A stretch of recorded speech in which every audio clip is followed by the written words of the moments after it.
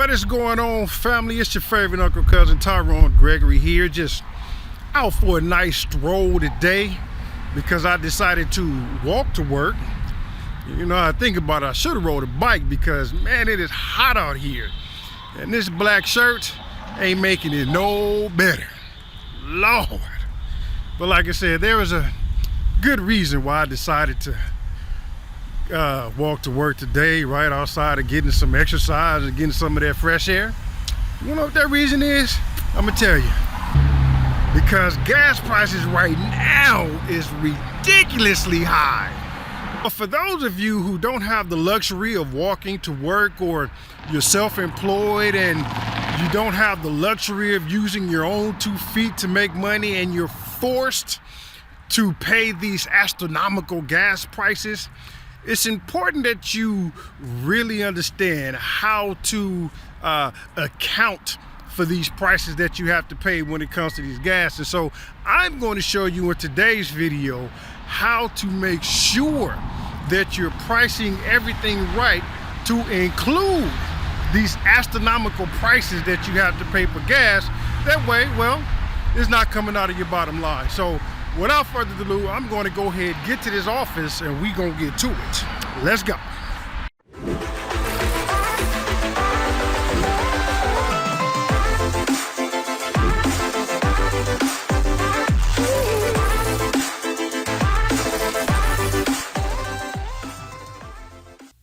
All right, family, as you can see, I've made it to the office safe and sound, and I must say, man, I am extremely grateful for air conditioning, right?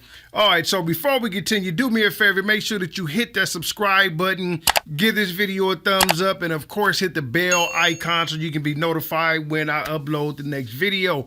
And if you know people who drive a lot, they are self-employed, use their vehicle all the time, make sure that you share this vehicle with them, because today I am going to show you how to be extremely efficient when it comes to your vehicle, making sure that you get the most out of your vehicle, right? Because if you drive a lot for your business, there is an associated cost, and that cost is gas. And because not all the time can you deduct the cost of gas, you should make sure that you include the cost of gas in your pricing. And the way you do that, right, the way you make sure that you include the cost of gas in your pricing, you have to know how much it costs you per mile to drive. And so what I've done is I went on ahead and I've pre-recorded a couple of videos to show you how I use my gas tank, use the mileage to come up with a number that I include in my pricing when I'm going out doing other projects, especially when I was bidding on jobs and when I was doing construction. I wanted to make sure that I included the amount that it was going to cost me in gas in that pricing, right? Because I don't want to not account for that, or I don't want to pay for that out of pocket. I want to make sure that I'm profitable, and the best way to do that is to make sure that you understand how much it costs you per mile to drive, and then include that in your pricing. So to bring this point home, I am going to show you exactly how to do it. Let's go. All right, so to make this point clear, to demonstrate this, as you can see, right now, my gas hand is on E. And we call this, well, I call this riding on excitement, because it's very exciting. Like when the gas light come on, like, oh, am I gonna make it to the gas station? Well, look, I do this on purpose, right? Normally, I don't let my gas tank go on E. Once it gets to half a tank, I fills it right back up.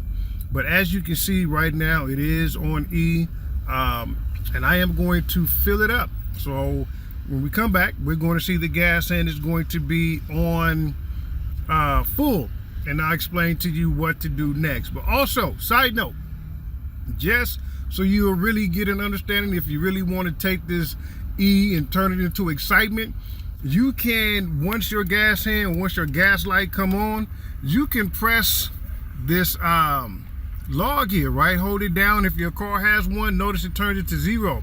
And what you can do, I'm not saying that you do this, but just so you'll have an understanding or idea of how this works, right? Once the gas light comes on, you press that the trip log, turn it to 0, and you ride it until you run out of gas. So that way you'll know just how many miles you have to go once that trip lights come on. But if you're going to do that, make sure that you have a spare gas can in your car or you have AAA. All right, so let me go ahead and pay for this gas and we can fill this back up, and I'll come back and show you what we do. All right, so now we about to see that I'm gonna turn the car on and the gas hand is gonna go back up, right? All right, so we can see gas is full, but here's the thing. I already reset the odometer reading right down to 0. Did that in the previous video, but now that it's set to 0, gas hand is on full, we are good to go. And what you're going to do is drive all the way back down till it turns to E, right? We want to get that right back down to E.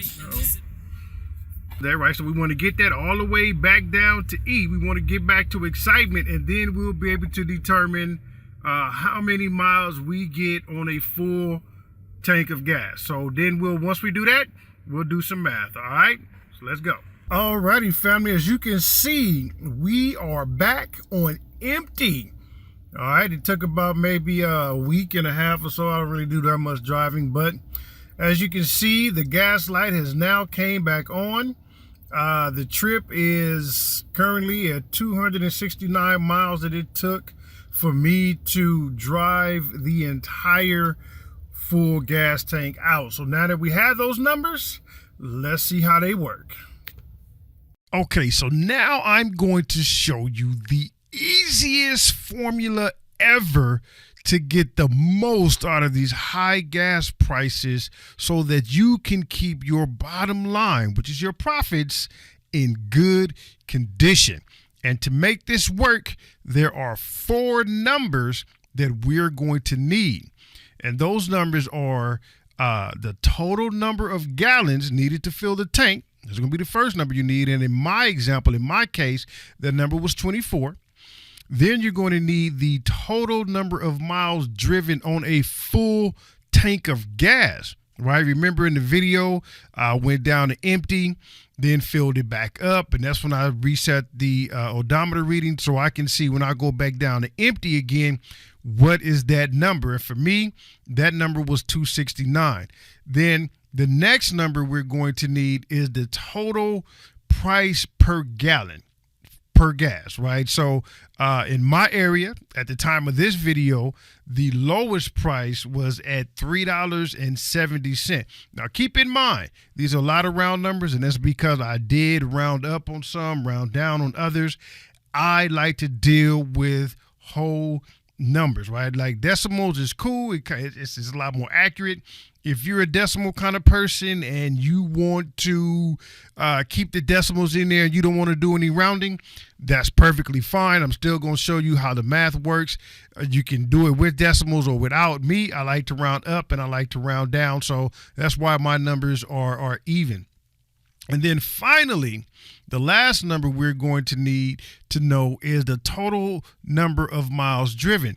Now, the reason it's an X is because at this point, it is an unknown.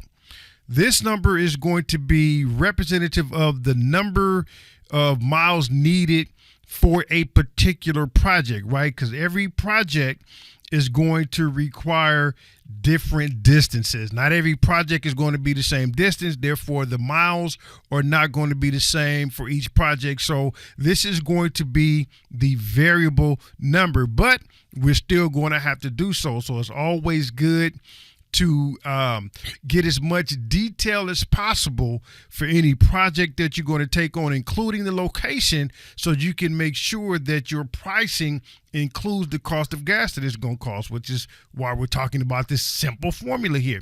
So now that we have these 4 numbers, well, actually, before we go on, let's talk about the total number of gallons in the tank, because I didn't show you how to actually get that in the video. So I'm going to show you here. So when it comes to the total number of gallons needed to fill a tank, you can get that information from one or two places. You can get it from either the gas receipt itself, or you can get it from the gas pump, the display at the gas pump, right? So when it comes to the gas receipt, every gas station is going to be different. Every gas receipt obviously is going to be different. But what you want to look for is a number, or like something that ends with G. Like you can kind of see right here, it gives you the description, which says was the unleaded. There was a debit fee, but under there, white red says unleaded, and you see that 23.695 G, right? The G is the gallon. So it cost me, or it took 23.695 gallons of gas to fill my tank from that previous video. And again, I rounded up to the 24 because I like to deal with, like I said, whole numbers. So, but you can see that the G is where I got where the gallons it took me, right? 23.695 gallons. Under that, you'll see the price, the 3.699. And again, that's why I rounded up to the $3.70 to get that number. But again, this is where you will get the total number of gallons it took you to go back to full again. But the easiest one, if the gas receipt is too confusing or is not as obvious as it is here, another one to look at is obviously going to be the actual pump. When you look at the display on the pump, and forgive my display, there is some graffiti there because apparently I get gas in the hood. So you can see there at the top, it says the cell. And at the bottom, it just says that, hey, this is the gallons, 23.695. So the easiest thing would probably be to get it directly from the display. Again, if the gas receipt itself isn't quite so obvious as to how many gallons you have. All right, so now that we know how to get our gallons of gas, now let's hop into the actual formula itself. So the first thing we need to do is to determine what's called our miles per gallon, or MPG, right? What is the MPG? Normally you see it on car commercials, or it gets 60 MPG or so 30 MPG, highway miles, something like that. But that's going to be the first thing we need to do, is to determine our miles per gallon. And to do that, we're going to need the total number of miles driven on a full tank of gas, which again, in the example that I did in this scenario was 269.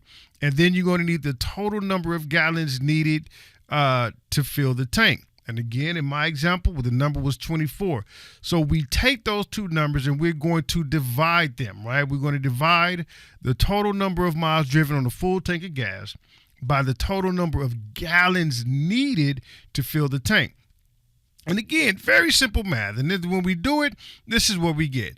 The 269 is going to be divided by the 24, and it's going to get us 11.2. But again, remember, I like to round up or down. So we're closer to the 11. So I'm going to round the 11.20 just down to 11. All right. And so what this is telling us, the 269, which is the total number of miles driven on a full tank of gas, divided by the number of gallons of gas it took us to achieve that, is 11. So that means that 11 is my miles per gallon. Okay. If that didn't catch on the first time, by all means, pause, rewind, go back. But that is the first thing we need to determine, is our miles per gallon. And in this case, for this video, that number is 11.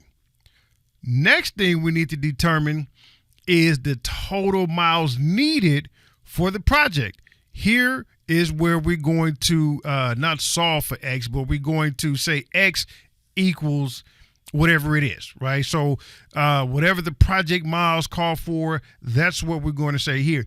And I just chose a random number for this example. So I'm going to say it's going to take 50 miles round trip for whatever project I'm doing. And again, this is key. 50 miles round trip there and back. I'm accounting for every mile that I drive, not just to, but I want to and from. 50 miles is going to be the total number of miles needed for me for this project. Okay. So again, now we have the two numbers. Now we have the 50 miles that it's going to take. Then I also have the 11, which is my miles per gallon. So with those two numbers, I'm simply going to divide it. 50 divided by 11. And again, when we do the math, this is what it looks like. Take the 50, which is the miles for the project, divided by my miles per gallon, and I get the 4.5454 over the $3 because that goes into infinity, right? So, of course, me being the rounding guy, I'm going to round that last number up to 4.55. So, what does that 4.55 mean, or what does it represent? Well, the 4.55 is going to be the total number of gallons that you need to do a 50-mile project. Does that make sense? The 4.55 is the total gallons of gas that you're going to need to do that project. So now let's look at our numbers. We have the 11 miles. We have the number 11, which is the miles per gallon. We have the 50, which is the total miles needed for the project. And when we did the math, we understood that it's going to take us approximately 4.55 total gallons needed to do 50 miles. Okay, so now the only thing left for us to really determine is how much do we need to add to our pricing to this project in order for us to make sure that we are benefiting and not losing, right? Because we don't want to pay for this out of our own pocket. We want to make sure that we are accounting for this in our pricing. So the only thing left that we need to do is simply multiply the number of gallons that is going to take us by the cost of gas. And then we'll have a price that we need to include in our pricing. And again, I'm going to go ahead and round up. So I'm going to change that 835 to round up here to the 1684. But here we have it. Again, the 4.55 or the 4.55 is the total number of gallons needed. The $3.70 is the price per gallon. Okay, so whatever price is you pay per gallon in your area, you're going to include there right there where the $3.70 is, and that's going to give you what is going to be considered the add-on price. That's the price you're going to add on to whatever calculation that you've already come up with. All right. And that way now you are accounting for and you're keeping more money in your pocket because you're not just paying for gas out of pocket. It's included in your pricing. All right. So let's do a quick recap. First things first, determine your miles per gallon. And we did that, right? In order to determine our miles per gallon, we had to take the number of miles we did on a full tank divided by the number of gallons needed, right? So that's our miles per gallon. Then we're going to determine the miles needed for the project, right? We were solving for X. In my case, I just said it would be 50. And again, remember, round trip. We're doing this so paying for gas is no longer a burden. Then the next thing on there, number 3, is going to be dividing the miles per gallon by the project miles to give us the total gallons needed for the project. And then finally, just multiply the gallons needed by the cost of gas to get your add-on price. And again, doing this would no longer make paying for gas a burden. All right, fam, there you have it. As easy as that. Now that you know how much it's going to cost you per mile, you simply take that number. Well, of course, you have to determine how many miles you're going to drive, multiply it by your cost per mile, and then make sure you add that in your pricing. Put that in your bid. That way, you're not coming out of pocket for it per se, especially if you don't deduct, if you don't use the actual mileage rate, right? Like you use the standard mileage rate, you don't get to deduct the cost of gas. But now gas isn't wasted. You've actually included in your pricing. You've counted for it. You're good to go. So as always, man, thank you for watching the video. Thank you for joining me. Know that I love you and that I will see you on the next one. Until then, peace.